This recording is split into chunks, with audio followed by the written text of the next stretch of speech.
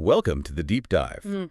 You're here because you're the kind of person who wants to really grasp those big, complex ideas that shape our world, right? hmm You want to cut through the noise and get to the heart of the matter, those aha moments that just make things click. We get it, and that's exactly what we're about. Think of this as your backstage pass to understanding. We've, sifted through the foundational stuff, the really dense material, and we're bringing you the key debates, the crucial insights, and hopefully a few things that will genuinely surprise you. Today, we're plunging into a concept that pops up everywhere, especially if you've ever explored philosophy or political theory, ideology.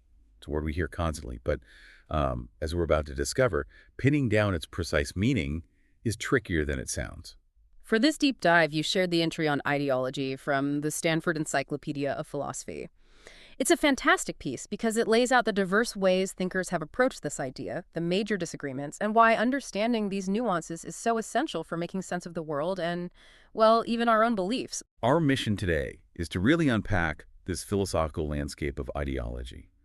We want to explore the different ways philosophers understand it, the core debates that keep resurfacing, and ultimately, why all of this matters for how we see ourselves and the societies we live in. And we're starting with a bit of a head-scratcher, aren't we? The term ideology seems to have so many different lives.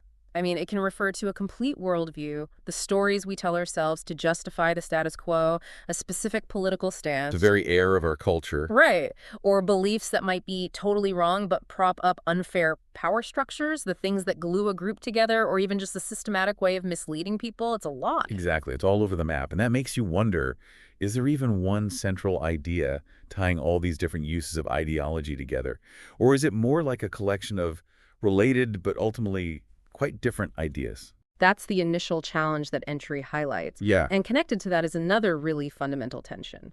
Is ideology inherently a negative thing, something we should always be suspicious of?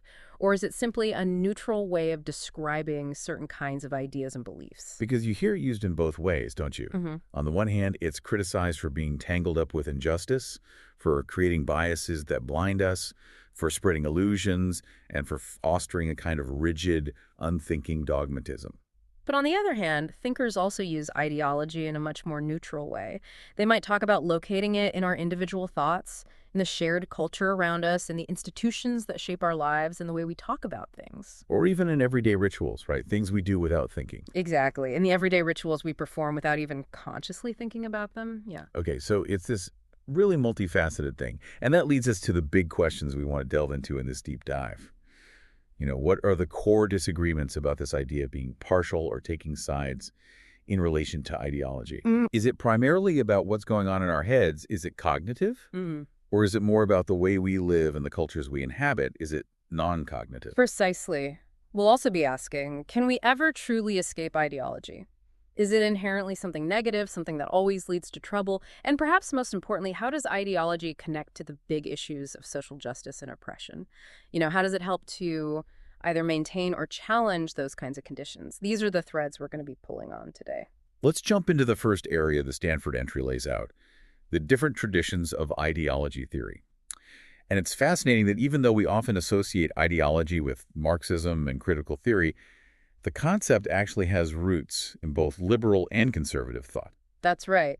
The term itself is usually credited to Antoine Louis-Claude de Tracy back in the late 18th and early 19th centuries. He was part of this intellectual group in France, the ideologues, and he envisioned ideology as a science of ideas. Think of it like biology or zoology, but focused on understanding the origins and development of our thoughts. So initially, it wasn't this loaded political term we often think of.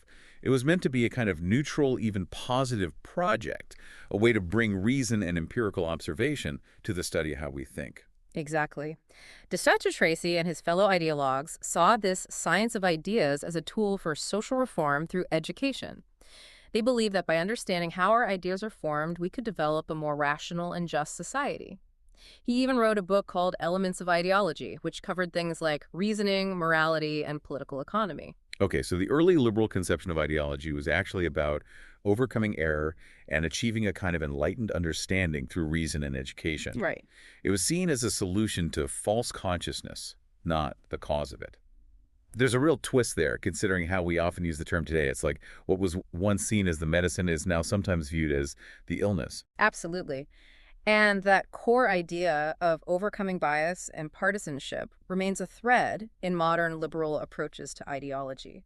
Think about the emphasis on critical thinking, scientific methods, and reasonableness in liberal education. The goal is often to equip people to guard against things like extremism and confirmation bias, which are now frequently seen as negative manifestations of ideology. And within this liberal tradition, there are further distinctions, right? Some thinkers differentiate between specific ideologies as rigid and unreasonable systems of thought versus broader religious or ethical worldviews. Mhm. Others take a more inclusive approach, considering all comprehensive doctrines and then judging whether their adherents are reasonable or not. Exactly. And there's also a practical political dimension within liberalism. How should liberal societies deal with these unreasonable ideologies? Some advocate for a strict separation, a neutral public sphere where policy is justified in terms acceptable to everyone. While others argue for a more active approach. Yeah, others argue for a more active approach, including civic education or even stronger measures to prevent what they see as dangerous ideologies from gaining traction. That brings us to the conservative perspective on ideology.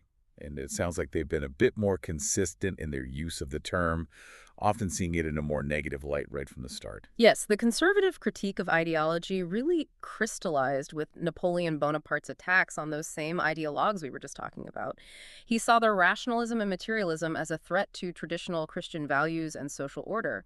For conservatives, ideology became associated with any political project that tries to impose a rational, abstract doctrine onto the complexities of social and political life. So it's a skepticism towards this idea of social engineering, the notion that we can just rationally design a better society from scratch. Right. They see wisdom in tradition, in the accumulated experience of generations, and worry that these abstract ideologies oversimplify things and can lead to unintended negative consequences. Precisely. Thinkers in this tradition, like Hume and later Oakeshott, express a deep skepticism about applying abstract rational principles to the messy reality of politics. They see ideologies as often deriving from realms outside of practical political experience, like war, religion, or even business, and becoming problematic when these alien logics take over the political sphere. It's a concern about losing touch with the practical, lived experience of politics and imposing a rigid theoretical framework onto something that's inherently more organic and nuanced. Exactly. And this isn't just about being anti-rational in general.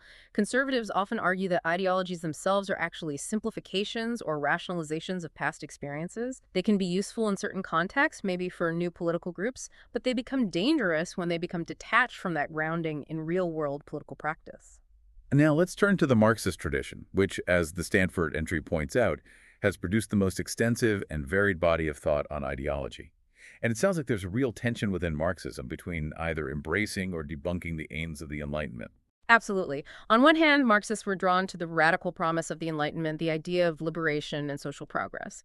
But on the other hand, they also aim to expose how those very Enlightenment ideals and the ideologies that express them could be used to mask and justify social domination and violence. So there's this element of unmasking, showing the hidden interests and power dynamics that might be lurking beneath seemingly noble ideas. Hmm. And then there's also the argument that simply changing people's minds through ideological projects isn't enough. What's really needed is fundamental economic and political transformation. Exactly. In Marx's own work, he saw the Ideologues Project as a prime example of ideology, this unproductive intellectual activity that he believed was somewhat detached from the material realities of economic production. He argued that our social position and the way society is structured economically actually shapes our consciousness and our ideas. So for Marx, the German ideology of his contemporaries, and even aspects of political economy, law, and religion, could be seen as ideological because they created an illusion of independence from these underlying material conditions. Right. It's like the people working in this superstructure, the realm of ideas and culture, start to believe that their ideas are driving society, when in fact it's the other way around. Right. And Engels later elaborated on this with the concept of false consciousness, the idea that our material life conditions ultimately determine the development of our thought, even if we're not consciously aware of it. The ideologist, in this view, operates with a kind of blindness to these economic forces. And because Marx and Engels didn't lay out a fully systematic theory of ideology, later Marxist thinkers have tried to piece it together by connecting these scattered comments with other key things in their work. Precisely. One major approach links ideology to the social determination of ideas or consciousness, with class and class struggle seen as the fundamental driving forces. So ideology becomes understood as how different forms of consciousness arise from and serve particular class interests. Another interpretation focuses on Marx and Engels' claim that the thoughts of the dominant class are in every epoch the dominant thoughts. This leads to the dominant ideology thesis, the idea that the ruling class develops a set of beliefs that reflect and serve their interests, and that these ideas are largely adopted by the subordinate classes, helping to maintain their subordination. But as the Stanford entry points out, there's a tension here. Is ideology just any partisan class idea, or is it specifically the ruling ideas? One suggests a more neutral view, while the other carries a more critical, pejorative charge. And then there's the connection some theorists have drawn between Marx's concept of fetishism and capital and ideology. Yeah, that's a big one. This argues that capitalist society, with its separation of production and consumption through the market, creates a kind of mystification where social relations appear as relations between things, operated by some unseen, almost magical force. This, they argue, is a form of ideology. Think of it like how we might focus so much on the price tag and brand of a product that we forget about the actual labor and resources that went into making it. Although, as the entry notes, Marx himself didn't explicitly call fetishism ideology, but it's an interesting connection that brings the concept back to the specifically modern, commercial context from which it initially emerged. Moving into the broader Marxist tradition after Marx and Engels, it seems ideology became even more explicitly tied to political action and the struggle between classes. Yes, because Marxism developed as a movement, ideology often referred to the ways in which people became aware of the class contradictions in society and how they engaged in that struggle. It had both a theoretical and a practical political dimension, the set of beliefs that justified a party's actions and aimed to win supporters. And in more polarized political contexts, like with Lenin, there was this tendency to see all ideologies through the lens of the fundamental conflict between the bourgeoisie and the proletariat, leading to this idea of a binary choice, either bourgeois or socialist ideology. Which could then lead to equating socialist ideology, the correct party line, with class consciousness, and any deviation as false consciousness. This is where the more dogmatic and prescriptive uses of ideology in some Marxist circles originated. But then you have thinkers like Lukács and the Frankfurt School who took this idea of false consciousness in a different direction, connecting it to broader themes of alienation and reification in capitalist society. Right. For them, it wasn't just about getting the correct political line. It was about how these dominant ideologies obscured our understanding of ourselves and our relationships in a fundamentally distorted way. Exactly. They saw false consciousness as not simply a lack of scientific understanding, but as something intertwined with the increasing dominance of rational calculation and formal rationality in modern life. Their critique of ideology became closely linked to a critique of alienation, how the things we create end up controlling us, and reification, how we come to see social relations as fixed and thing-like, rather than fluid and human-made. And from this perspective, Marx's discussion of commodity fetishism could be seen as a key example of this impersonal form of social domination at work. It also connects to Hegelian ideas about the limitations of abstract understanding versus a more dialectical reason. And even to Fordian ideas about how ideologies can provide substitute gratifications for unmet needs. Yeah. Then you have another major strand in Marxist thought, represented by Antonio Gramsci, who shifted the focus towards culture and institutions as the very terrain of political struggle. He saw ideology less as just a set of beliefs and more as something deeply embedded in our popular consciousness and cultural practices. So for Gramsci, it was about how a socialist movement could build leadership by connecting Marxist theory with these other elements of popular culture, eventually building a broad coalition, a historic bloc, and achieving hegemony or dominance over society. This seems to move away from the idea of ideology as simply false consciousness and towards a more descriptive analysis of cultural forces. Precisely. And this line of thinking has been influential in areas like cultural studies. Thinkers like Althusser built on this, arguing that ideology isn't just a set of ideas, but something material, embedded in our practices and institutions. He famously said that ideology interpellates individuals as subjects, Interpellus. meaning it shapes how we see ourselves and our place in the world, making us feel like autonomous agents within a framework of norms and expectations. It's like ideology is constantly calling out to us, shaping our identities and our sense of belonging. And Althusser had some pretty strong claims about ideology, right? He argued that it's not just a symptom of class struggle or something that will disappear in a communist future, but a fundamental structure necessary for any society to function. So for him, ideology wasn't necessarily a pejorative term. Exactly. He contrasted ideology with science, seeing science as more objective, knowledge-producing endeavor. And his idea of interpolation, how ideology hails us as subjects, has been hugely influential, taken up and debated by thinkers in various fields, from sociology to feminist theory. Okay, so we've covered these major traditions of thought on ideology, liberal, conservative, and Marxist, with all its internal variations. Now, the Stanford entry moves on to how we can actually map ideology, given all these different understandings. It suggests three key ways to classify different conceptions of ideology. That's right. The first way is by valence, is the use of ideology critical or pejorative, suggesting something negative? Or is it neutral or descriptive, simply identifying a type of belief or cultural phenomenon? And as we've seen, there's a wide spectrum here. And this often ties back to those differing commitments to impartiality versus the potential value of taking sides, right? Oh, If you believe in a strong ideal of objectivity and universal truth, then ideology might naturally seem like a distortion. But if you think knowledge and action always arise from a particular perspective, then ideology might seem more like an inevitable and sometimes even necessary part of social life. exactly. The second way to map ideology is by location. Where do we actually find it? Is it primarily in our thoughts and beliefs, a cognitive approach? Or is it more deeply embedded in our habits, cultural practices, and rituals, a culturalist approach? And this distinction often reflects different theories of human agency, doesn't it? If you see humans as primarily rational, intentional actors, you're more likely to focus on the cognitive aspects of ideology, our beliefs and values. But if you emphasize the pre-reflective and embodied dimensions of our actions, you might look more towards cultural habits and practices. Precisely. The third aspect is scope. What kinds of ideas or cultural elements actually qualify as ideological? Is it all ideas, or only those with a certain kind of content, a specific social function, a particular origin, or certain effects? And here, the key seems to be that most theorists agree that ideology somehow pertains to social life. It's either caused by social factors, has social consequences about society in some way, or serves some kind of social function. That social function aspect is particularly interesting and often debated. For some, especially within a critical Marxist tradition, a key function of ideology is to establish or reinforce oppression. Right. But for others, like Althusser, the function might be more about constituting individuals as subjects, regardless of whether that involves oppression.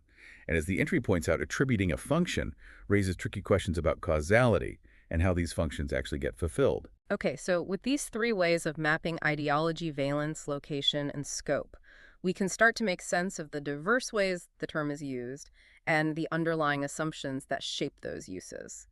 Now, the final part of the Stanford entry looks at different kinds of ideology critique, the ways in which ideologies can be found to be faulty. Yes, and it breaks this down into three main lines of critique: rational faults, moral faults, and epistemic faults. Let's start with rational faults. Here, the criticism is that an ideology leads us to act in ways that are actually against our own interests. It's about being partial to something or taking a partisan stance that ultimately undermines our well-being. And the entry makes a really important point here. The connection between rationality and interests is tight, but so is the connection between interests and partiality. Hmm. So criticizing an ideology for being interest undermining often depends on having a clear idea of what our real interests are and whether an ideology is truly preventing us from pursuing them. It makes you wonder, are our interests always as clear-cut as we think they are? It's not always straightforward, is it? For example, someone might prioritize short-term gains over long-term interests or individual benefits over collective ones.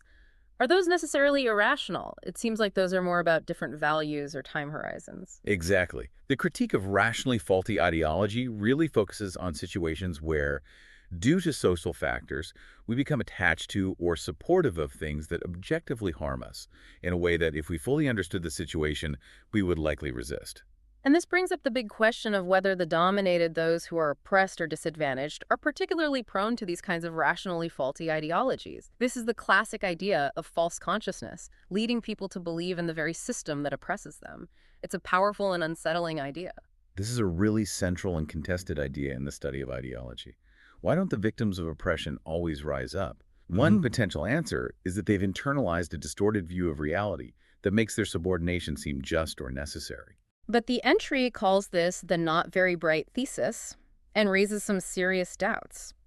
It seems problematic to just assume that entire groups of people are consistently irrational in this way.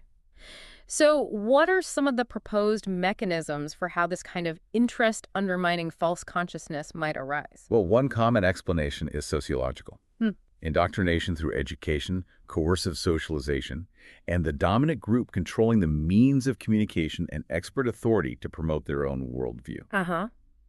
The idea is that the dominant narrative becomes internalized, even by those at disadvantages. It's like a constant drip feed of ideas that eventually shapes how we see things. But there are counter arguments to this, aren't there? For example, the entry points out that those who are socioeconomically disadvantaged might actually have less exposure to elite media and expert opinions, and they might also have their own sources of knowledge and resistance based on their lived experiences. Their everyday struggles might give them a very different perspective on how society actually works. Precisely. The entry also highlights how even the dominant ideologies often contain contradictions or ideals that can be used by the subordinate to challenge the status quo. Think about appeals to fairness or equality, even within systems that are fundamentally unequal. Right. And throughout history, subordinate groups have developed their own counter-narratives and critiques of dominant power structures. Think of slave songs or underground newspapers. So, this idea of the dominated being simply brainwashed into accepting their oppression seems too simplistic. What about psychological mechanisms that might contribute to this? Some theories suggest things like unwarranted generalizations, where people extrapolate from their local experiences to make faulty conclusions about society as a whole. For instance, someone who has one positive interaction with a member of a dominant group might generalize that experience to deny systemic inequalities. Mm. There's also stereotype threat, where the fear of confirming negative stereotypes can actually affect behavior in ways that seem to validate the stereotype. And then there's preference adaptation, the idea that we might unconsciously adjust our desires to fit our limited circumstances, making us believe we don't want things we actually do or deserve. It's like settling for less because you've been led to believe that's all you can have. But again, the entry raises questions about these mechanisms. Are these genuine cases of internalized false consciousness, or are they more about strategic adaptation to difficult circumstances, or even just misrepresenting our desires in the face of power? It's tricky to disentangle. Someone might say they don't want something because they know it's unattainable, not because they truly don't desire it. It is. And ultimately, the entry suggests that the idea that the dominated are simply partisans of their own subordination might be an illusion. The fact that people don't always openly revolt doesn't necessarily mean they've internalized the dominant ideology. There can be many other reasons for quiescence, fear of reprisal, lack of resources, or simply not seeing a viable alternative. And it flips the question around. Are the dominant especially prone to rationally faulty ideology? And here, the entry seems to suggest there might be more evidence. Yes, the classic problem of tyrants being surrounded by flatterers is a good example. If those in power only hear what they want to hear, they can develop a distorted view of reality, underestimating opposition, and making irrational decisions that ultimately undermine their own interests. It's like being in a bubble. It's like being in an echo chamber of power, where dissenting voices are silenced, and you start to believe your own hype. Frederick Douglass's point about slaveholders losing the ability to reason because they were never challenged by their slaves is a powerful example of this. Their privileged position insulated them from the reality of their actions. Absolutely. Now, let's move on to morally faulty ideology. Here, the criticism is that an ideology leads us to be complicit in injustice, to be partial to or take a partisan stance in favor of something that is morally wrong. But the entry makes a distinction here, right?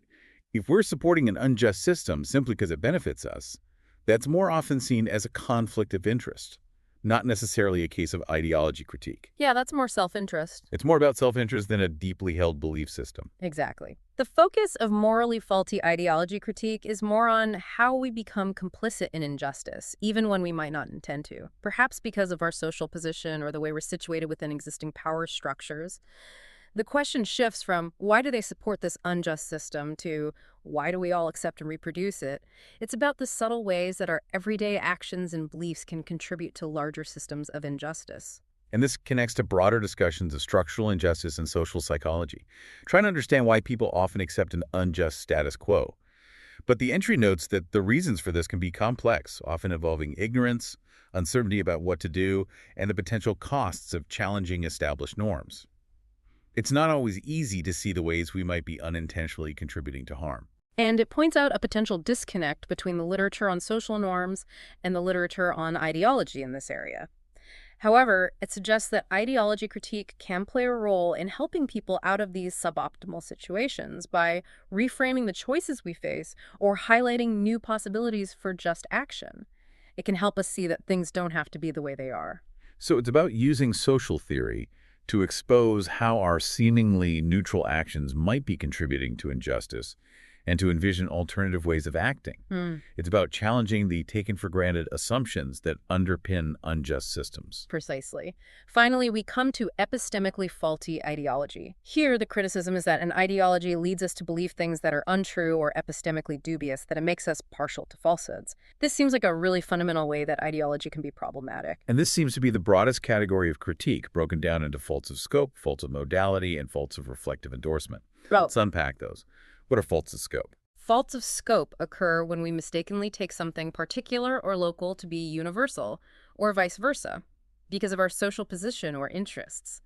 The classic example is representing a particular group's interest as the universal interest of everyone. Charles Mills's critique of the social contract tradition, where justice often seems to mean just us for white people, is a powerful illustration of this. It's about a limited perspective masquerading as a complete picture. It's about mistaking our own limited perspective for the full picture, or conversely, failing to see the particularity of our own experiences and assuming they apply to everyone. So assuming that what works in your small town will definitely work in a massive city would be a fault of scope in the other direction, right? Yeah, exactly. And what about faults of modality? Faults of modality happen when we confuse what is contingent, something that could be different with what is necessary or inevitable, or the other way around. The critique of reification or naturalization falls into this category, where social constructs like institutions or conventions are treated as if they were natural laws beyond human control. For example, saying that capitalism is simply human nature is treating a historically specific economic system as if it were an unchangeable fact. This is about making the socially constructed seem natural and unchangeable, which can obviously hinder efforts for social change.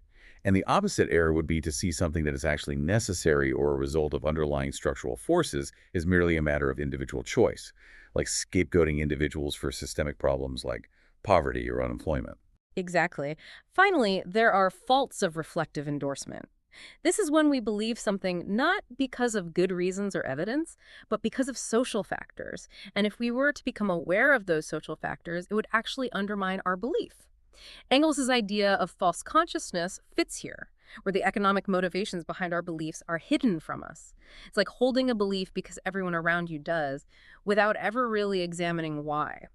So it's about beliefs that can't withstand scrutiny, beliefs that we hold only because of some background condition we're not fully aware of, like being in a coercive environment or being part of an echo chamber where our views are never challenged. Mhm. If you realized you only held a certain political view because your entire family did and you never considered alternatives, that would be a lack of reflective endorsement. Precisely. And often, these different kinds of epistemic faults can overlap and reinforce each other. Ideologies that are shielded from criticism might suffer from faults of reflective endorsement, but they're also likely to exhibit skewed scope and mistaken notions of necessity. So this deep dive into the Stanford Encyclopedia of Philosophy's entry on ideology has really shown us just how complex and multifaceted this concept is. We started by seeing the wide range of meanings attached to it and the central tension between it being seen as something negative or just descriptive. We then explored the major traditions of thought: the early liberal view of ideology as a science of ideas for social reform, the conservative critique of rationalistic social engineering, and the extensive and often contradictory Marxist approaches, from debunking to radicalizing the aims of the Enlightenment. We looked at three key ways to map ideology: its valence, whether it's seen positively or negatively; its location, whether it's in our minds or in our culture; and its scope, what kinds of ideas or cultural elements it encompasses. And finally, we delved into the three main lines of ideology critique: rational fault, where ideology undermines our interests; moral fault, where it leads to complicity and injustice; and epistemic faults, where it results in untruths or epistemically dubious beliefs. So, given all these diverse and often conflicting understandings of ideology, here's a thought for you to take away. How can you critically examine the ideas and beliefs that shape your own understanding of the world and your place within it? Consider which valence, location, and scope of ideology resonates most with your own experiences and observations. Think about potential rational, moral, or epistemic pitfalls in your own belief systems. And maybe, just maybe, reflect on whether some of your own deeply held perspectives might be seen as ideological from another point of view. It's a challenging thought, but one that's crucial for navigating our complex world with a bit more awareness and critical insight. Thanks for joining us on this deep dive.